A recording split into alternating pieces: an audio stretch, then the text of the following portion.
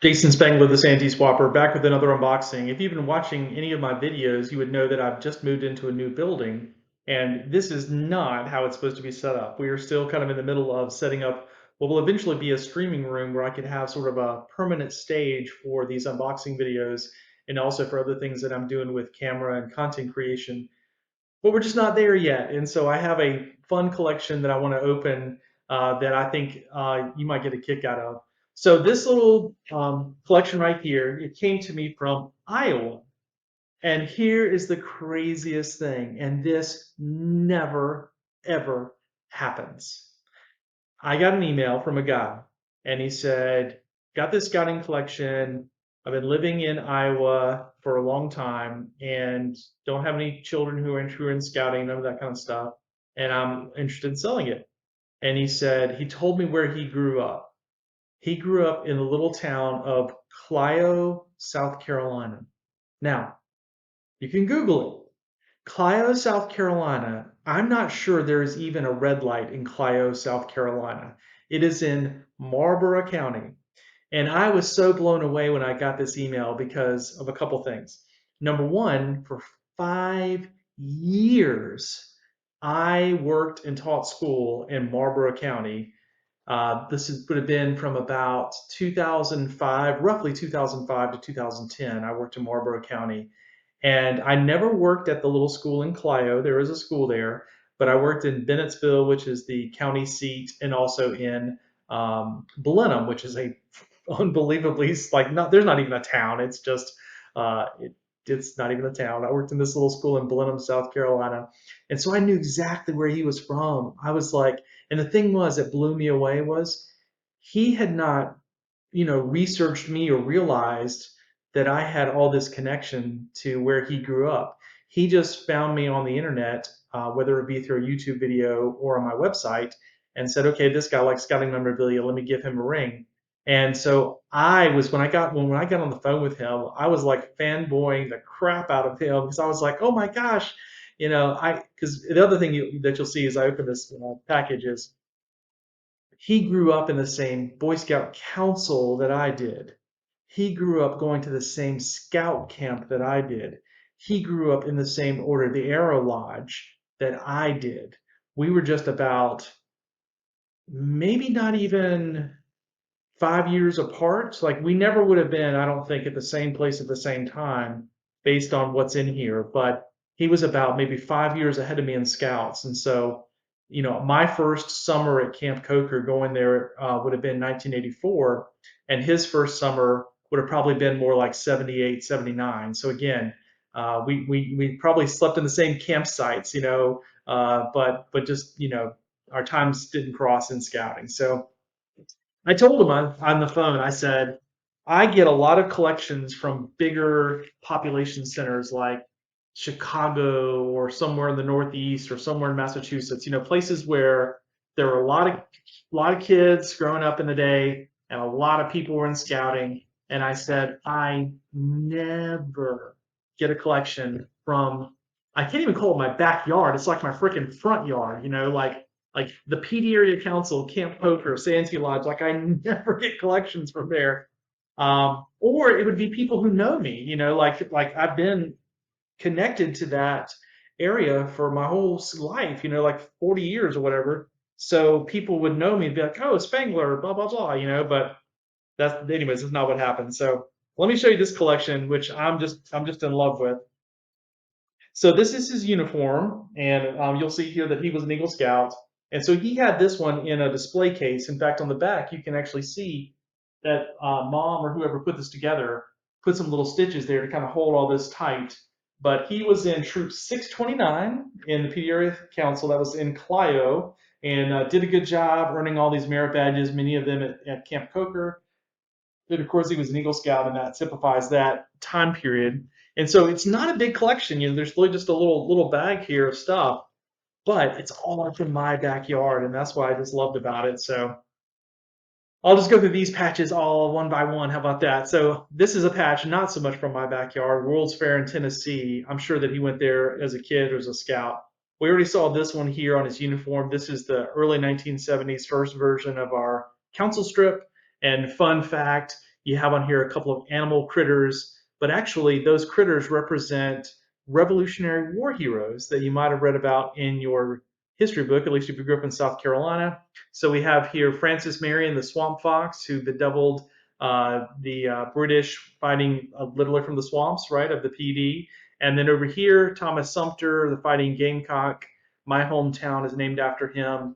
Then right through here, we have the PD River and the Sand Hills. There's a lot of symbolism in our old PD area strip, and he had that. So not so much sure about this March of Dimes patch.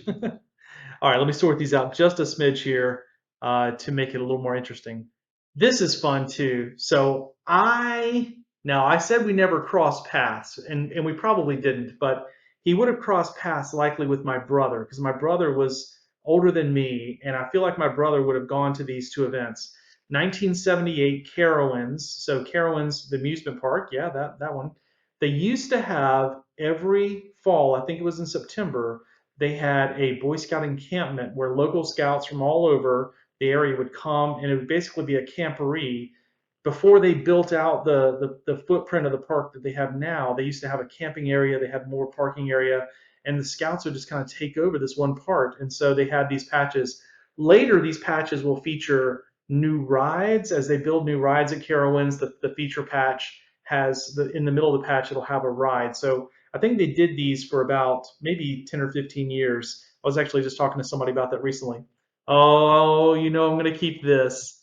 Clio, South Carolina. Now, I don't know if there's another town in the another Clio in any other town, name in the whole country. I don't know. Clio, but that is Clio, South Carolina. It is I mean, if it's a crossroads, I really don't think there's a red light there. I don't think so. There's a school though. All right, so a couple other things he had. This is a camporee patch, Black Creek, Chesterfield camporee. So he probably was in Chesterfield district, which would have been the neighboring county, or maybe they just went to this. I'm not sure. There was if Marlboro had its own county, but Black Creek is Darlington County, and so that was an event he went to there. Let's see if there's anything else here. A couple of other camporee type things. I do think my brother went to this in 1979. So. All right, so I mentioned Camp Coker, so let me show you some Camp Coker patches, which again is the camp I grew up going to. So he went, here's 1979. This one's been sewn before, so I think that was on his uniform at some point. This is the 1980 camp patch. This is the 1981 camp patch where my brother was on staff and worked in the kitchen. And then 1982. So again, we just missed each other because my first summer was 1984. Then he was inducted into the Order of the Arrow, and so this is his patch that he wore on his uniform. It's a Santee Lodge patch. We reference this as the S5. We sometimes call it the fleur-de-lis with the fleur-de-lis, and this one you can see it has stitches on it, so that has been worn. But then he also had this one, which has not been worn, and which actually is really good. Oh, this is the zinger. So here's the deal. These two patches, one of them, you've heard of this idea of kind of like an error patch, right? This one is the error patch. We call this the Maritz. That's the name of the patch company that made this patch. And this one was made by the normal patch company, which I believe would have been Lion Brothers.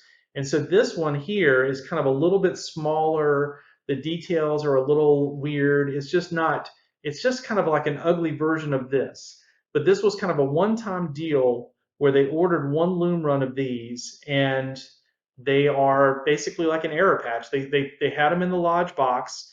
They were trying to get rid of them. And actually, this has been sewn. I can see there's some stitches here. That's too bad. He did wear it at some point. But they had these two patches at the same time in the Lodge box, and you could buy whichever one you wanted. And obviously, if you were really smart, you bought the Maritz. But that's a keeper. Unfortunately, it has been sewn. That's not great. But oh well. It's got some other Santee Lodge patches going all the way back. Let's see, the earliest one would have been spring of '79, which has this little Clemson tiger paw on it. Thank you, Greg Vaught, for doing that. This background is actually supposed to be purple, which would have been total Clemson, right? Orange and purple with a tiger paw. Obviously, that was Greg's college. Spring 1980, back in the day, they even had some little flags on there that they don't let you put those on anymore. And then he had a couple of summer 81s. So this is our patch from 81.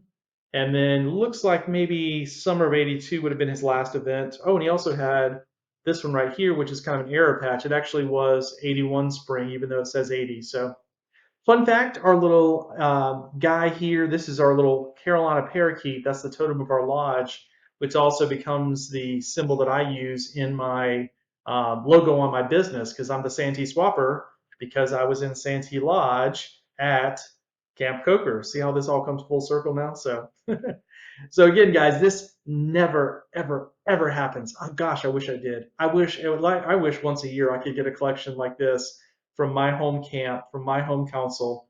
Literally, truth be told, I spent so many summers working on camp staff at Camp Coker and so many weekends there going to OA fellowships that a long time ago I added them all up and I had spent over 365 nights sleeping at Camp Coker. So a year of my life I have spent at this camp, and I love that place. That's my password for like favorite place. Don't tell anybody like favorite place or whatever. It's like Camp Coker.